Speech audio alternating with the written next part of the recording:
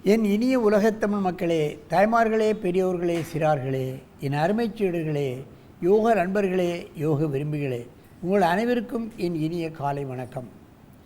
கலைஞர் தொலைக்காட்சி நிகழ்ச்சியில் நலமுடன் வாழ என்னும் பிரிவில் யோகாசனத்திற்கு அதிகாலை வேளையில் முதல் நிகழ்ச்சியாக முக்கியத்துவம் தரப்பட்டிருக்கின்றது. அதிகாலை வேளையில் இவ்வளவோ நல்ல காரியங்களை செய்கின்றோம்.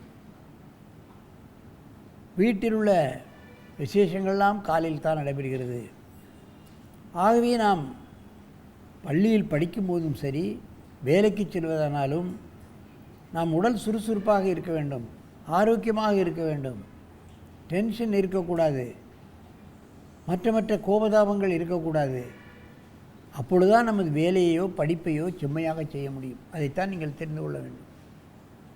வீட்டிலே பல பிரச்சனைகள் இருக்கும், பள்ளியிலே பல பிரச்சனைகள் இருக்கும், அலுவலகங்களிலே பிரச்சனைகள் இருக்கும். அவைகளையெல்லாம் நாம் எந்த வகையிலும் தாக்காது, யோகாசனம் செய்வர்களை தாக்காத நிலையில் நம்முடைய அன்றாட கடமைகளை செம்மையாக செய்து முடிக்க முடியும். யோகாசனம் செய்ய வேண்டும். 10 நிமிடம் செய்தால் போதுமானது. இன்றைக்கு நான் ஏற்கனவே சொல்லியிருக்கின்றேன், கடலூர் மாவட்டம் பெண்ணாடத்திலிருந்து ஜெயசக்தி பள்ளியிலிருந்து நமக்கு மாணவர்கள் 25-30 பேர் வந்திருக்கிறார்கள். அந்த தாளாளர் கவிராஜ் சுப்பிரமணியம் அதில் மிகவும் ஈடுபாடு உள்ளவர்கள். அதன் ஆசிரியர் கலைமாமணி ஜி அன்புச்செல்வி. சின்ன குழந்தைகளை இந்த யோகாசனத்துக்கு விளக்குவது என்பது மிகவும் கடினம். பெரியவர்களை வேண்டுமானால் நாம் ஈஸியாக ஆசனம் போட வைத்து விடலாம். அந்த நிலையில் இன்றைக்கு யாழினி யூகேஜி, திருஷன் யூகேஜி, வி சுபாஷ் யூகேஜி, பாருங்கள், அவர்கள் இப்பொழுது மகாமுத்ராவை செய்ய போகிறார்கள். என் அருமை மாணவர்களே, அப்படியே பத்மாசனத்தை கலைத்து விட்டு வஜ்ராசனத்துக்கு வாருங்கள். வஜ்ராசனம் போய் மண்டி போட்டு உட்காரு. அப்படியே படுக்கணும்.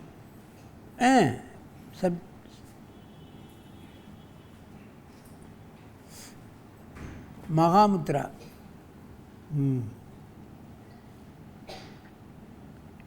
இது பார்ப்பதற்கு எளிது. மகாமுத்ரா என்று பெயர் கொடுத்திருக்கிறார்கள். ஏன்?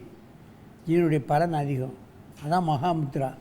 ஆசனங்களிலே முக்கியமான ஆசனங்களுக்கு முத்திரை குத்தப்படுகிறது. மகாமுத்ரா, அஸ்வினி முத்ரா, யோகமுத்ரா, எப்படி என்று முத்திரைகள் நிறைய இருக்கின்றது. இதில் என்ன விசேஷம் என்றால், உடலை 3ஆக வளைக்கக்கூடிய தன்மை வந்து விடுகிறது. பாருங்கள், 3ஆக மடித்து விடுகிறார்கள். உடல் ஒரே நிலையிலே படுத்திருக்கின்ற காரணத்தால் விரைப்புத்தன்மை அறிந்து விடுகிறது. இது பார்த்தா சின்ன ஆசனம், குழந்தைகள் செய்து விடும். ஆனால் ஒரு 18-20 வயசு பையன் செய்ய முடியாது. முதுகெலும்பு விரைப்பாயிரும், இடுப்பு விரைப்பாயிரும், பழக முடியாது, முன்னால் குனிய முடியாது. வயிறு பெருசாயிரும். 30 வயசானா ஆண்களுக்கும் பெண்களுக்கும் வயிறை குறைக்கும். பாடி 3ஆகிவிட்டால், வளைத்து விட்டால் வளையும் தன்மை அதிகமாகும். இரத்த ஓட்டமானது சீராக டாப் டு பாட்டம் என்று சொல்வார்களே, தலையிலிருந்து உள்ளங்கால் வரைக்கும் க்ளீன், நன்றாக பாய்ச்சப்படும். ஜீரண கருவிகள் சரியாக வேலை செய்யும். மெதுவாக எழுந்திருங்கள், மெதுவாக எழுந்திருங்கள். நீண்ட மூச்சு வாங்கிக் கொள்ளுங்கள். நல்ல மூச்சில் மீண்டும் இந்த ஆசனத்தை செய்யுங்கள். முன்னால் வளையுங்கள். மீண்டும் இந்த ஆசனத்தை செய்யுங்கள். கையை பின்னா கட்டி புனி.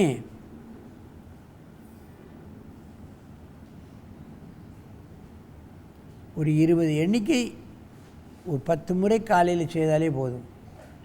உடல் சுறுசுறுப்பாகிவிடும். உடலை 3ஆக வளைக்கிறோம், வயிறு அமுக்கப்படுகிறது, ஜீரண கருவிகள் சரியாக வேலை செய்யும், வயிறு குறையும். மெதுவாக எழுந்திருங்கள். நன்றாக மூச்சை இழுங்கள். இப்போ அப்படியே ஒருவருக்கொருவர் நேரே பார்த்துட்டு இந்த ஆசனத்தை செய்யணும். அப்படியே டேன் ஆகு. அப்படி தான் அண்ணா. நீ அவனை பாரு, நீ அவனை பாரு, நீ இப்படி திரும்புடா, இப்படி திரும்ப. உட்காரு. இங்கே பார்க்க திரும்புடா. கையை வைத்து கையை பின்ன குனி முன்ன குனி இந்த குனி கையை வைத்து தலை திருப்பக்கூடாது, அப்படியே இருக்கணும் 20 எண்ணிக்கை. இது போன்ற சின்ன சின்ன ஆசனங்களை மாணவர்களுக்கு முதலில் கற்றுக் கொடுக்க வேண்டும். ஆரம்பத்திலேயே கடினமான ஆசனங்களை கற்றுக் கொடுப்பவையானால் அங்கங்கே வலி வரும், ஆசனம் செய்ய மாட்டார்கள், பிடிப்பு கூட ஏற்பட்டு விடும் சில மாணவர்களுக்கு. சின்ன சின்ன ஆசனங்களை செய்யும் பொழுது உடல் நன்றாக வளையும் தன்மை ஏற்கனவே சின்ன குழந்தைகளுக்கு இருக்குது. சின்ன சின்ன ஆசனங்களை செய்யும் பொழுது அது இன்னும் அதிகமாக வளையும் தன்மை வரும். கடினமான ஆசனங்களை கற்றுக் கொடுக்கலாம். மெதுவாக எழுந்திருங்கள், நீண்ட மூச்சு வாங்கி மூச்சுடு. இன்னொரு தடவை கையை பின்ன கட்டி குனி, கையை பின்ன உயர்த்து, கையை நல்லா உயர்த்தணும்.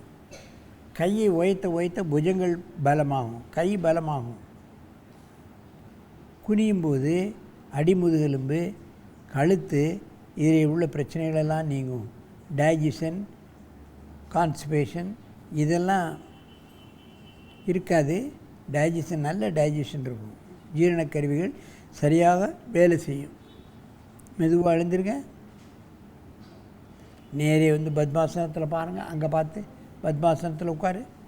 என் அருமை பெரியோர்களே, தாய்மார்களே, இந்த சிறுவர்களுக்கு இது போன்ற சின்ன சின்ன ஆசனங்களை நாம் பள்ளியிலேயே கட்டி கொடுத்துக்கிட வேண்டும். இதை பார்த்த பள்ளிக்கூட தாளாளர்கள் தங்கள் பள்ளியிலும் யோகாசன ஆசிரியர்களை போட்டு மாணவர்களை நாம் இந்த பயிற்சியில் ஈடுபடுவோமே ஆனால் அவர்கள் எல்லோரும் 10வது வகுப்பிலும் +2விலும் நல்ல மார்க் வாங்குவார்கள், ஆரோக்கியமாக இருப்பார்கள், பள்ளிக்கு அடிக்கடி லீவ் போட மாட்டார்கள், சுறுசுறுப்பாக மாணவர்களாக மாறி ஆரோக்கியமாக மாணவர்களாக மாறி இந்த நாட்டுக்கும் மக்களுக்கும் தொண்டு செய்யக்கூடிய ஒரு நல்ல குணங்களெல்லாம் அவர்களுக்கு ஏற்படும் என்று கூறி உங்களிடமிருந்து விடைபெறுவது ஆசனம் ஆண்டியப்பன். வணக்கம்.